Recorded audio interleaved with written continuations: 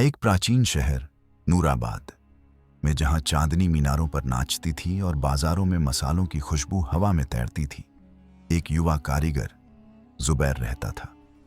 वह अपनी मेहनत और दुआओं के लिए जाना जाता था। दिन में लकड़ी पर नक्काशी करता और रातें मस्जिद में इबादत में बिताता। नूराबाद की गलियों में एक रहस्यमयी तारों की गुफा की बातें अक्सर की जाती थीं। यह गुफा शहर के बाहर पहाड़ी में थी, जिसके प्रवेश द्वार पर चमकते पत्थर थे जो रात में तारों की तरह झिलमिलाते थे। लोग कहते थे कि गुफा में एक जिन्न रहता है जो न तो पूरी तरह शैतानी था और न ही फरिश्ता, और वह एक प्राचीन रहस्य की रक्षा करता है। कुछ इसे जादुई रत्न मानते थे, कुछ इसे अभिशाप। लेकिन जो भी गुफा में गया वह या तो डर से भागा या फिर कभी लौटा ही नहीं। जुबैर, जिसका दिल जिज्ञासा और ईमान से भरा था, इन कहानियों को अंधविश्वास मानता था। वह सोचता था कि अल्लाह के सिवा कोई रहस्य इतना शक्तिशाली नहीं हो सकता। लेकिन एक रात जब वह तस्बीह पढ़ रहा था, उसे गुफा की ओर से एक अजीब खिंचाव महसूस हुआ।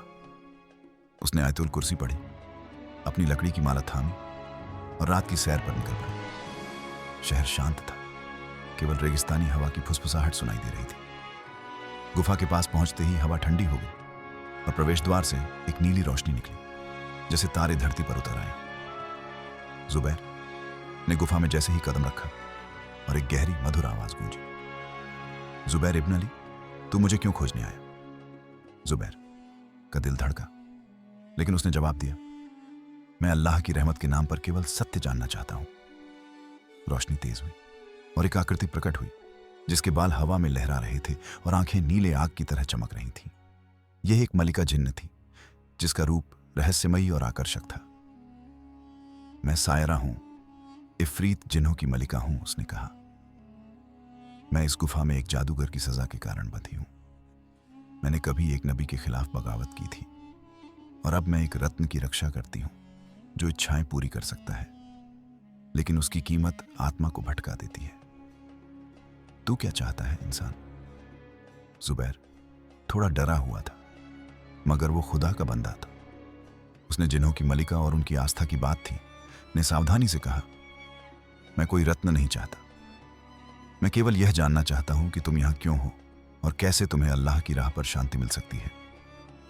सायरा ने उसकी ओर देखा, उसकी नीयत को परखते हुए कहा, कई आए, कुछ धन के लिए आए, कुछ शक्ति के लिए। वे डर गए या नष्ट हो गए। तू शांति की बात करता है, ठीक है, मैं अपनी कहानी सुनाऊंगी, लेकिन सावधान, सत्य की राह कठिन है। सायरा ने अपनी कहानी शुरू की और उसकी आवाज गुफा में गूंजने लगी। सदियों पहले वह उन जिन्हों में थी जो नबियों की सेवा करते थे, लेकिन उसका गर्व उसे ले डूबा। उसने एक रत्न चुराया जिसमें बेशुमार शक्ति थी, यह सोचकर कि वह उससे दुनिया पर राज करेगी। मगर उसकी चोरी पकड़ी गई और उसे इस गुफा में कैद कर दिया गया और एक तावीज से बंद कर दिया गया।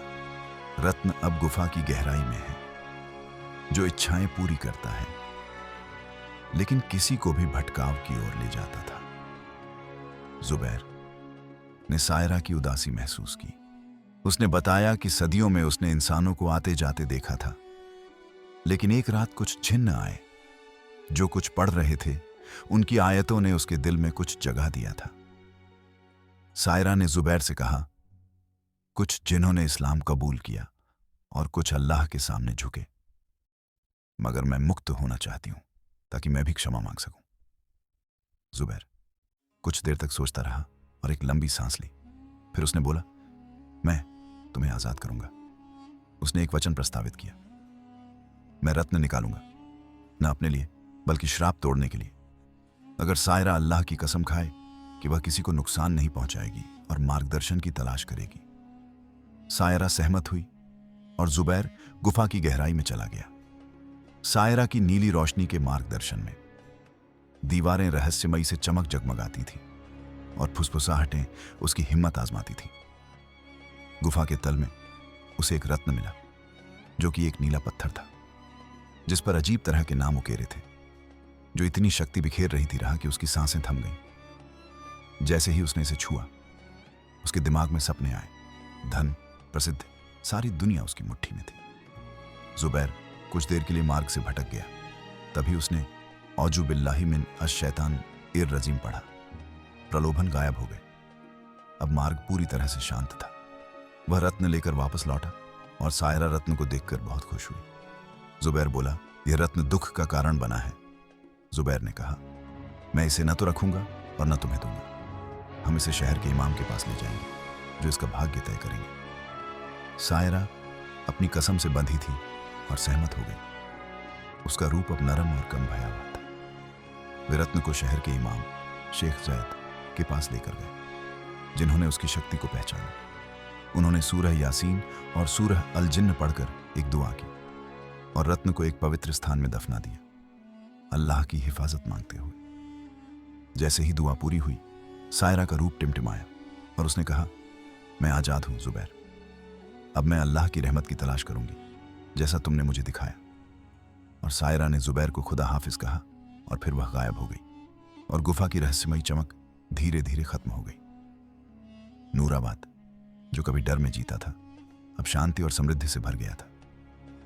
जुबैर ने प्रशंसा को ठुकराते हुए कहा, सारी भलाई अल्लाह की है। मैंने तो बस अपना फर्ज किया है। वर्षों बाद लोग कहते थे कि रात में गुफा के पास कुरान की आयतें सुनाई देती थीं, यह याद दिलाते हुए कि आग से बने प्राणी भी सत्य का रास्ता पा सकते हैं।